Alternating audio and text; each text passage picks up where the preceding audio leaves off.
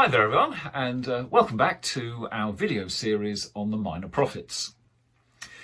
Well, today we're going to be looking at the prophet Obadiah.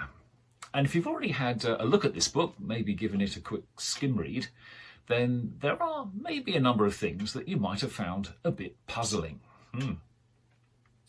Well, the first one is that the book is so short.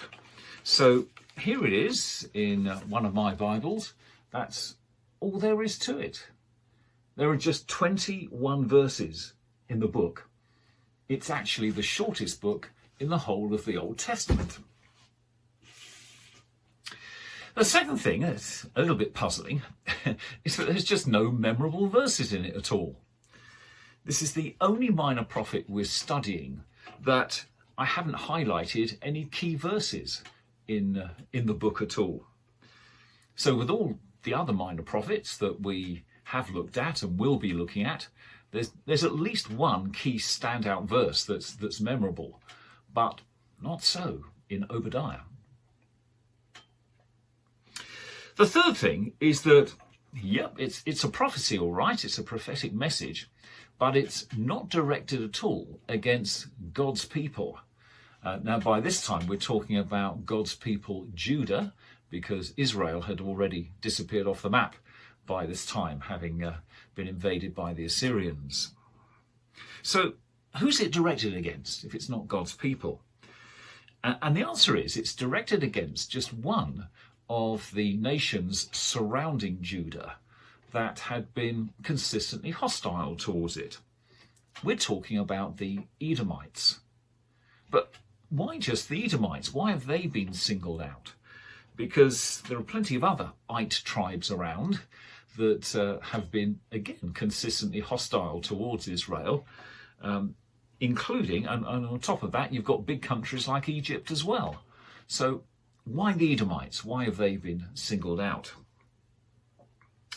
Well, we'll come to that in just a moment, but I just want to emphasize that this little book may have some puzzling features to it. But there is a message, more than one message to us, whereby we can regard this as God's word to us today. Okay, well, to really get into this and to understand this and also understand why the Edomites are so central to the book, then we need to look at two historical events which happened. And the first one took place in 586 BC when it finally happened. Yes, the Babylonians at last arrived in Jerusalem. It was actually their third invasion, but this was the decisive one in which they ransacked Jerusalem and destroyed the temple there. We've already seen that this was an event that Micah had clearly prophesied. It was one that Joel could well have been prophesying, but Zephaniah and Habakkuk definitely foresaw this event happening, as did Isaiah and Jeremiah, incidentally.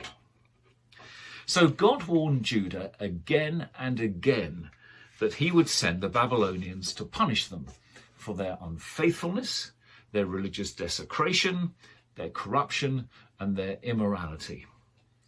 And he was not bluffing. Yeah, he was patient. I mean, Micah had first warned them about this 150 years earlier, but he was not bluffing. He meant what he said, and God still does to this day. So in 586 BC, the Babylonians invaded and destroyed Jerusalem, burnt down its temple, as we've said, reduced its walls to rubble, and slaughtered almost everyone who lived there. Here's an artist's impression of the event, just coming up now on the screen.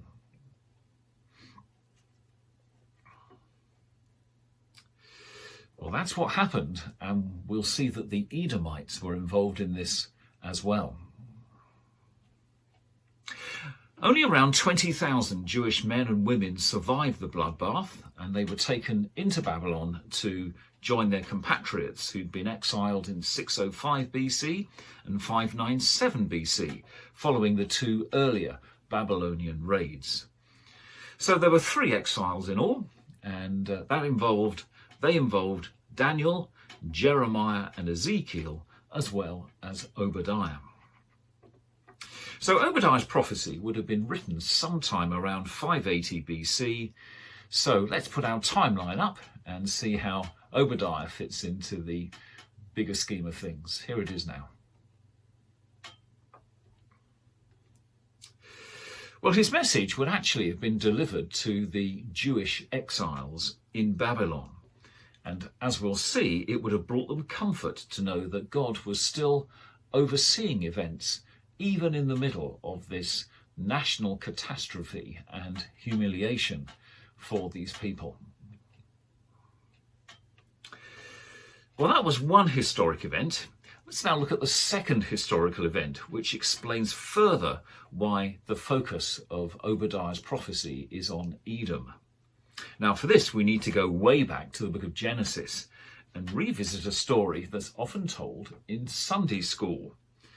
But so crucial is it that we're going to give it a heading of its own. Here it is coming up on the screen. Jacob and Esau. Well, let's remind ourselves of the bare bones of the story. So we're back in Genesis and the age of the patriarchs. Under the ancient law of primogeniture, then, it was a big deal to be the elder son of the family. The firstborn son inherited the leadership of the family and the judicial authority of his father. He was also entitled to a double portion of the inheritance when the father died. Now, Isaac's wife, Rebekah, was pregnant, and she knew that she had twins. The pregnancy was difficult. There were two babies jostling with each other inside. So Rebekah asked the Lord why this was, and she got an astonishing reply. It's actually two nations you have in your womb, she was told. The two people you're giving birth to will be separated.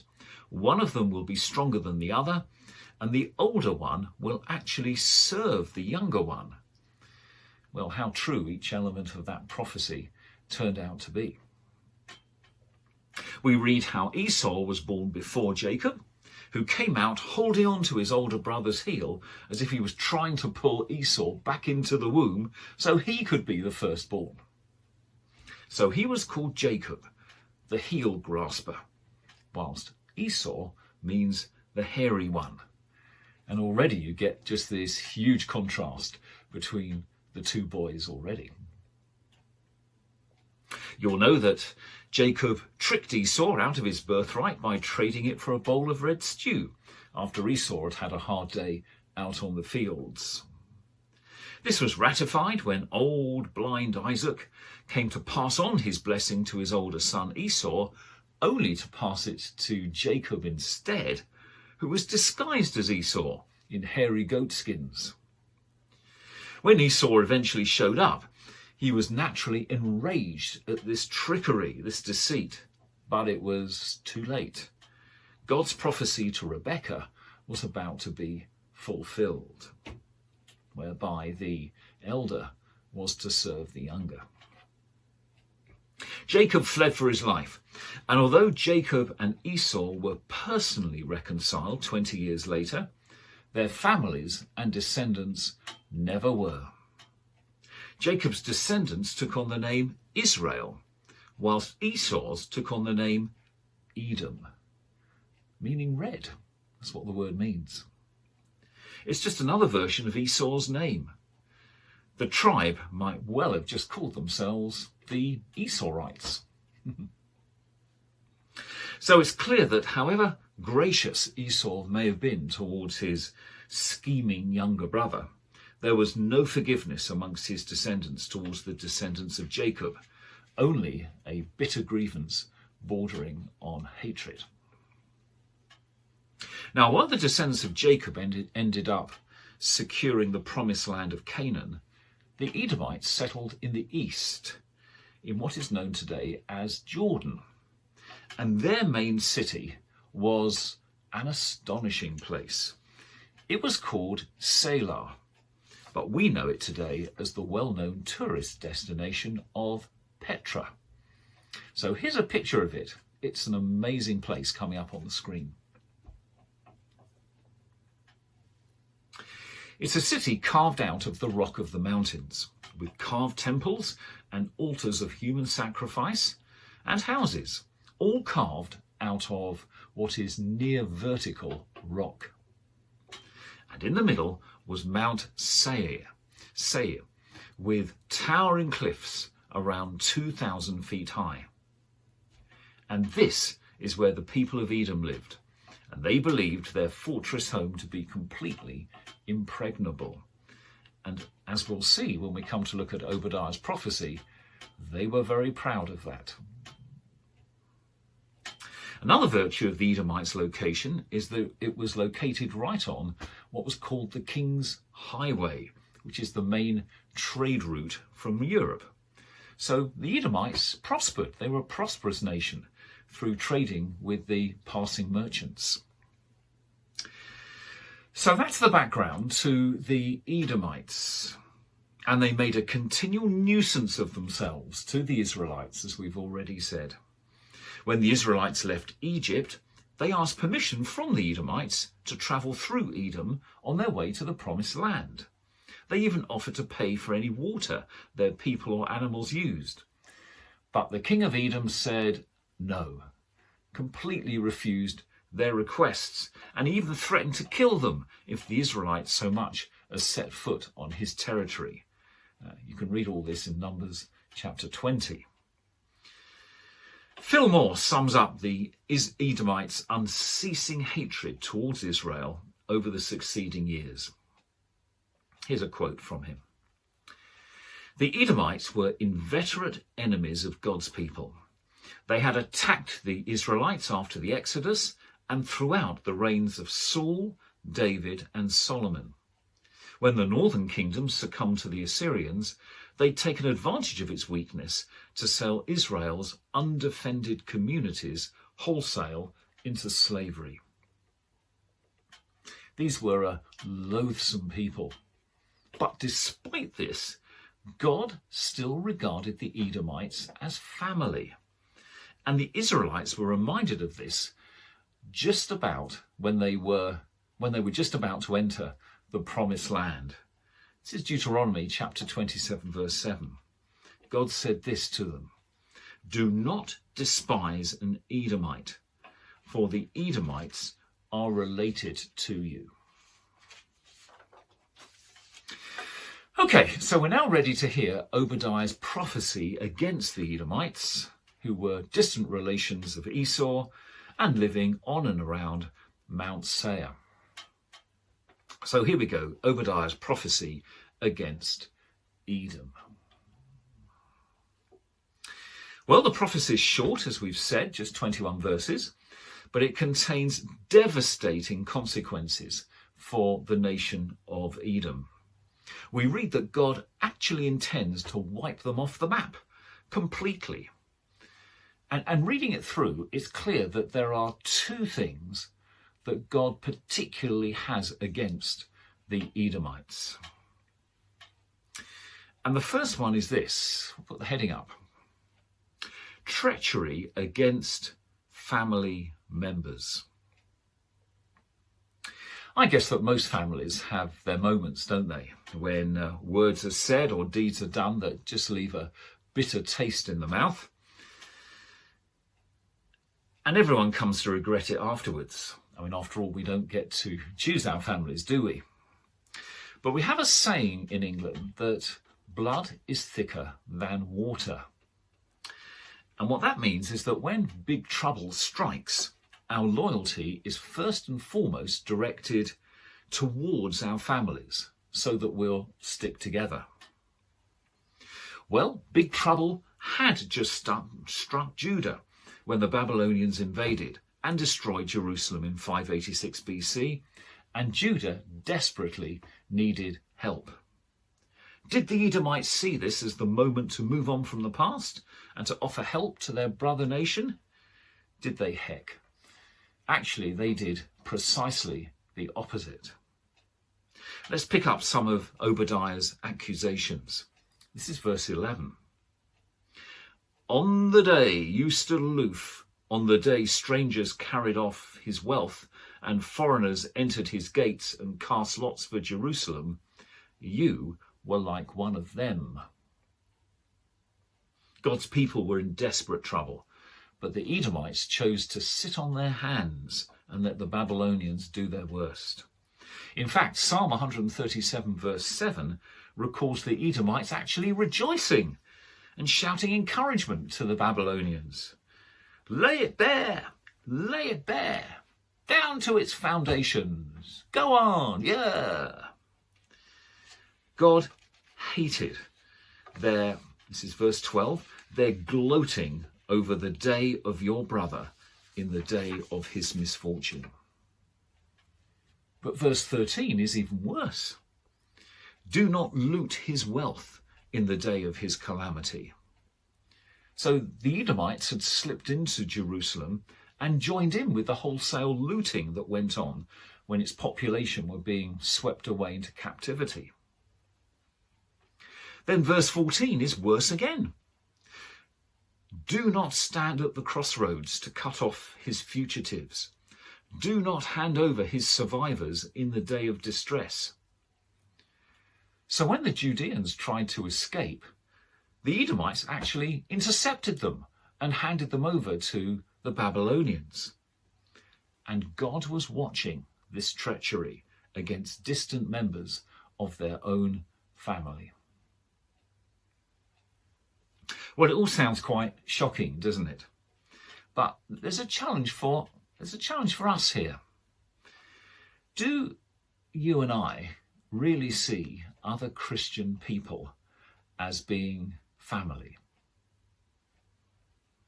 And does this shape our behaviour when we're tempted to say or do negative things against other Christian people? Or, like the Edomites, fail to offer help and support when it's clearly needed? Jesus had this to say in one of his parables. I tell you the truth, whatever you did for the least of these brothers of mine, you did for me. And Saul of Tarsus, that terrible persecutor of the early Christians, actually had to learn this painful lesson for himself the hard way. It was a painful lesson for him on the road to Damascus. But there's a challenge for us here on a church level, on a town level, and further afield, when Christians are struggling in hostile environments. Do we just ignore others in our family? Or worse, do we even make things worse for them? But God's anger at the Edomites' treatment of the Judeans was compounded. They made things even worse by a characteristic of their people that draws forth this assessment from the commentator John Blanchard. He wrote this: of all the sins catalogued in Scripture, none is said to be more obnoxious to God. So what is this sin that we're talking about here? It is the sin of pride. The sin of pride. Let's have a look at it more closely in Obadiah's book. The pride of the Edomites. So Obadiah's words of condemnation towards the behaviour of the Edomites, I guess, would have been rather like water off a duck's back. They really couldn't care less. Because they were arrogant and their pride took a number of forms. First of all, pride in their mountain stronghold. Who can bring me to the ground? They say in verse 3. But God answers immediately. Though you soar like the eagle and make your nest among the stars, from there I will bring you down, declares the Lord. Verse 4. No mountaintop refuge, however clever and seemingly impregnable it may be, can protect a proud and arrogant nation from the judgment of God. Secondly, they had pride in their wealth. And this is God's answer.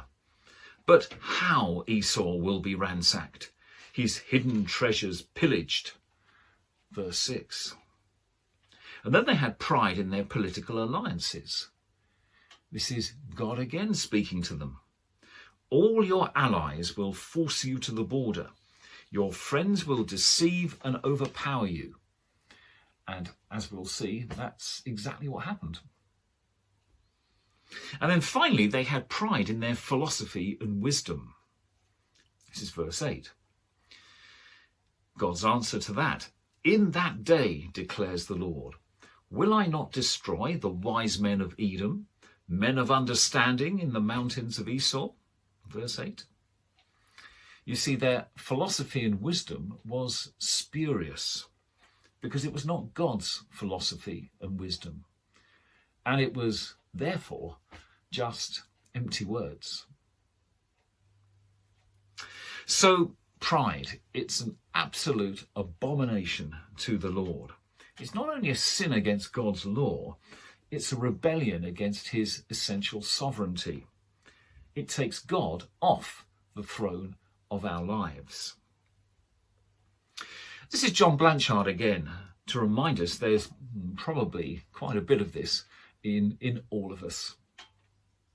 Here's his quote. Whenever we become proud of our education, our qualifications, our titles, our ability, our possessions, our positions in business, society or the church, our influence, our achievements, or anything else, we are putting ourselves in harm's way, he writes. Because God doesn't like it. We're told in James chapter 4, verse 6, that God opposes the proud. So that's why Obadiah prophesied against the Edomites as he did. I just get the impression, reading through it, that God's anger has been simmering against this people for quite a long time because of their arrogance and their ongoing hostility towards his people Israel and Judah. But it was their atrocious behaviour towards their brother nation when the Babylonians came to destroy Jerusalem that seems to have tipped the scales, so to speak. The pot of God's anger had just boiled over. And now Edom has no future. This is verse 18. The house of Esau will be stubble, and they will set it on fire and consume it. There will be no survivors from the house of Esau. The Lord has spoken. Verse 18. So, is this what happened? What did happen to the Edomites? Well, 5 years after the sacking of Jerusalem, the Babylonians crushed the Edomites on their way to Egypt.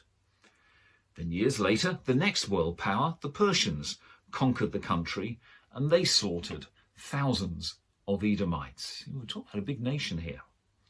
In the 6th century BC, the Arabs attacked them and they had to flee from their mountain home. And they tried to settle again as a desert people in the Negev desert. So by the time of Christ, the nation of Edom was on its last legs. But there was one final Satan-inspired sting in the tail that was going to come against God's people from the Edomites. Because one of their number, an Edomite from the Negev, went to Rome to meet Julius Caesar with this proposition. Would you sell me the throne of Israel in Jerusalem? And Caesar said yes. He agreed. Well, I expect you've guessed the name of this Edomite by now. It was Herod.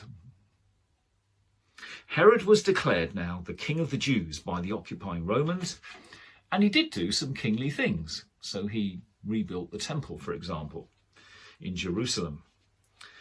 But you can imagine his reaction when one day 3 grand-looking men arrived and asked him, this is Matthew chapter 2, verse 2, where is the one who has been born King of the Jews?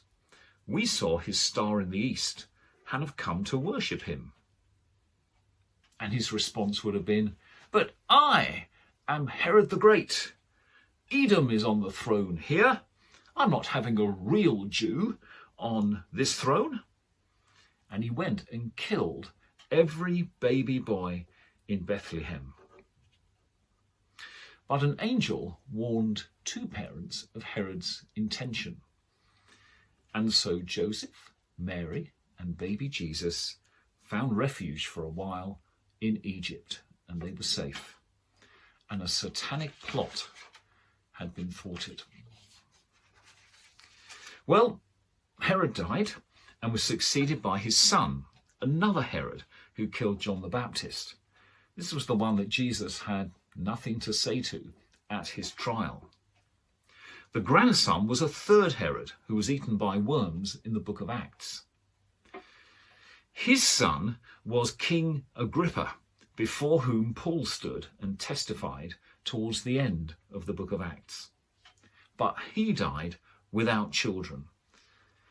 And that was the end of the Edomite line of so-called kings. Finally, in AD 70, the Romans came south and completely destroyed Jerusalem. And during this campaign, they wiped out all the remaining Edomites. And so there isn't a single Edomite in the world today. Obadiah's prophecy had been completely fulfilled. Well, let's come to a conclusion now of this study of this short book. I think you'll agree there's an awful lot that's been packed into just the 21 verses of this book. And you can imagine that as the Jewish people arrived in Babylon for the start of their exile, they would have been outraged by the treacherous behaviour of the Edomites during their hour of greatest need. But they can now draw comfort from Obadiah's prophetic message that God has seen it all and will execute his judgment on the loathsome Edomites in due course. But also from the knowledge that their exile in Babylon is not a permanent state. So this is verse 17 towards the end of the book. But on Mount Zion will be deliverance. It will be holy, and the house of Jacob will possess its inheritance. Well, that was the Jewish people in Babylon being comforted by Obadiah's message. So what about us? Well, we've learnt that pride is an abomination to God. That solidarity within the family of God is absolutely non-negotiable. And also that past grievances don't justify present atrocities. And I believe that's a word to our world today. And also that God is always watching. And when bad stuff happens, even to his people, he knows. And either sooner or later, there will be a recompense. Well, thanks for watching, everyone. Now, the next time we're going to go to the other side of the Jewish exile in Babylon, when God's people are allowed to resettle back in their promised land. And God still has words for them. God is still speaking to them. So next time, we'll be looking at the prophecy of Haggai. So God bless you all and see you next time.